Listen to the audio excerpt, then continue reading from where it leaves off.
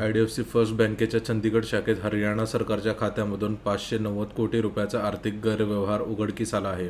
Bank कर्मचाऱ्यांनी आणि बाहेरच्या काही व्यक्तींनी मिळून हरियाणा सरकारच्या खात्यामधील रक्कम काही लोकांच्या खात्यात वळती केली. त्यानंतर हा घोटाळा उघडकीस आला. या घोटाळ्यानंतर हरियाणा सरकारने IDFC फर्स्ट बँकेला काळ्या यादीत टाकले आहे. भारतीय रिझर्व्ह बँकेचे RBI गव्हर्नर संजय मल्होत्रा यांनी सांगितले की या प्रकरणामुळे संपूर्ण बँकिंग व्यवस्थेला कोणताही धोका नाही. IDFC बँकेबाबत कोणत्याही सिस्टीमची समस्या नसल्याचे अर्थमंत्री निर्मला सीतारामन यांनी म्हटले आहे. हरियाणा सरकारने IDFC फर्स्ट आणि AU स्मॉल फायनान्स बँकेला सरकारी व्यवहारातून काळ्या यादीत टाकले आहे. सर्व सरकारी विभागांना या बँकांमधील खाती बंद करून निधी वळवण्याचे आदेश देण्यात आले आहेत. नेमके काय घडले ते जाणून घेऊया.